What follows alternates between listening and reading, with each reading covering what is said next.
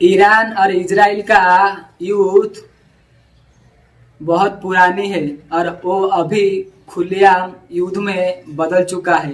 पहले छाया युद्ध के बारे में आपको शायद पता ना हो, लेकिन वो देश का लड़ाई या दुश्मनी अभी का नहीं है, आज से 30-40 साल पहले का है। तो वो पहले छुप छुपाई लड़ाई चल रहा था, लेकिन अभी जब से ईरान ने डायरेक्ट खुलेआम अटैक किया है इजराइल पर, वो युद्ध अभी पूरा खुलेआम युद्ध में बदल चुका है, जिसका असर पूरा देश में पड़ रहा है। हम लोग सबसे पहले बात करेंगे कि युद्ध शुरू ही क्यों हुआ, उसका रीजन क्या है, हिस्ट्री और रीजन। तो ये युद्ध सिर्फ दो देशों की नहीं है, बल्कि पूरा मिडिल ईस्ट पर कब्जा करने की है। ईरान का कहना है कि ये अपना दोस्तों हमास और हिजबुल्ला और हो रहे ही हमले का वो बदला ले रहा है, और ये इजराइल अपनी जवाब की लड़ाई लड़ रहा है। फरवरी 2026 से जब ईरान ने डायरेक्ट अटैक किया है इजराइल पर, तब से हालात बेकाबू हो चुका है। इस युद्ध में अमेरिका क्यों शामिल हुआ है? पॉइंट ये है कि जियोपॉलिटिक्स और ऑयल कंट्रोल। अमेरिका हमेशा से इजराइल का बहुत बड़ा साथी या पार्टनर रह चुका है, लेकिन असली वजह है ऑयल, जो स्ट्रेट ऑफ हॉर्मुज का रास्ते से पूरा दुनिया का 20% ऑयल गुजरती है। अगर ईरान इस रास्ते को बंद कर देगा या बंद कर सकता है लंबा टाइम के लिए, तो अमेरिका का इकोनॉमी बहुत गिर सकता है। इसलिए अमेरिका अपनी दोस्त या पार्टनर इजराइल को सपोर्ट करने का साथ साथ अपना फायदा के लिए इस युद्ध में शामिल हुआ है। दोनों देश में चलती हुई लड़ाई से पूरा दुनिया को क्या क्या नुकसान हो रहा है। सप्लाई चेन और इन्फ्लेशन, महंगाई, यानी कि सप्लाई में देरी और चीजों का दाम या महंगाई में बदलाव। पूरा दुनिया भर में शेयर मार्केट गिर रहा है। बैरल क्रूड ऑयल $120 से भी ज्यादा हो चुका है, और फ्लाइट का टिकट भी महंगा हो चुका है। स्लीपिंग चेन बंद होने का कारण से डिलीवरी या सप्लाई में देर हो रहा है। उसका असर इंडिया पर कैसे हो रही है? प्राइस हाइक और सप्लाई चेन लेट। अब बात करते हैं मेन मुद्दा की, जो चल रहा है इंडिया में, गैस सिलेंडर का कमी। आपको पता होगा हाल ही में कुछ न्यूज सामने आया है कि बड़ी बड़ी शहरों में या स्टेट में बड़ी बड़ी होटल में या छोटा मोटा जो ढाबा है वो धीरे धीरे बंद होने लगा और लिमिट टाइम के लिए ओपन होने लगा। उसका मेन रीजन है गैस सिलेंडर।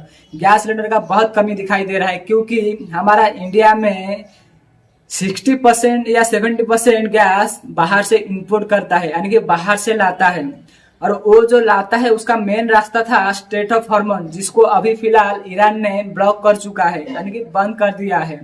तो इंडिया को अभी उस रास्ता से जो भी 60% या 70% ऑयल या क्रूड ऑयल आता था, जिसमें से गैस, पेट्रोल, डीजल बनता था, वो फिलहाल अभी बंद है।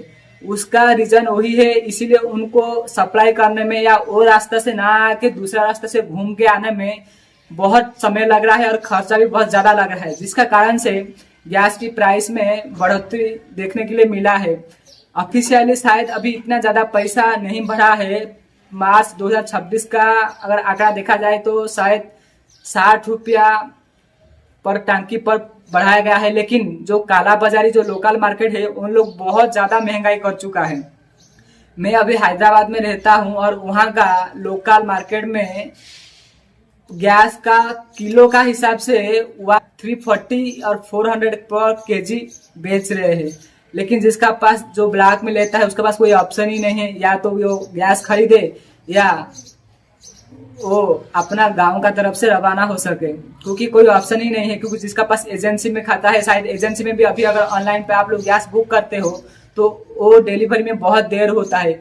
असली कारण ये है कि जब हमको जिस रास्ता से, यानी जो स्टेट ऑफ हॉर्मुज से, उसमें से हमको हमारे देश में जो भी क्रूड ऑयल आता था, जिसमें से पेट्रोल, डीजल और गैस बनता था, वो बहुत कम टाइम में पहुंच सकता था। लेकिन वो बंद होने का कारण से, वो ब्लॉक होने का कारण से अभी शिप को घूम के आना पड़ता है, जिसका वजह से वो डबल या बहुत ज्यादा टाइम ले रहा है। जितना ज्यादा टाइम लेगा उतना महंगाई बढ़ेगा, क्योंकि ट्रांजैक्शन में या सप्लाई में बहुत ज्यादा खर्चा आ रहा है।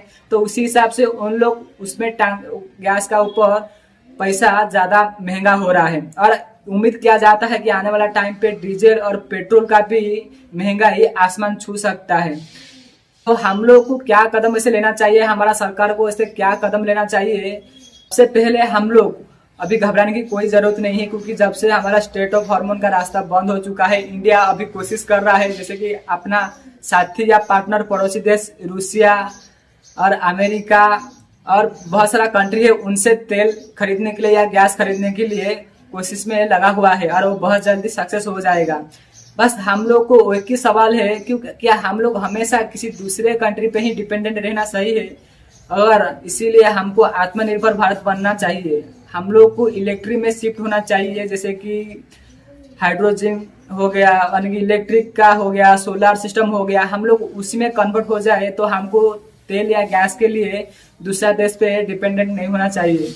आप लोग का राय क्या है कमेंट में जरूर बताना। और आप लोग भी अभी कहाँ से इस वीडियो देख रहे हो और आप लोग का उधर गैस का प्राइस क्या है कमेंट में जरूर बताना। उम्मीद करता हूँ कि आप लोग को सही जानकारी दे पाया हूँ। आप लोग कमेंट में जरूर बता के जाना कि आने वाला टाइम पे आप लोग किस टॉपिक का ऊपर जानना चाहते हो।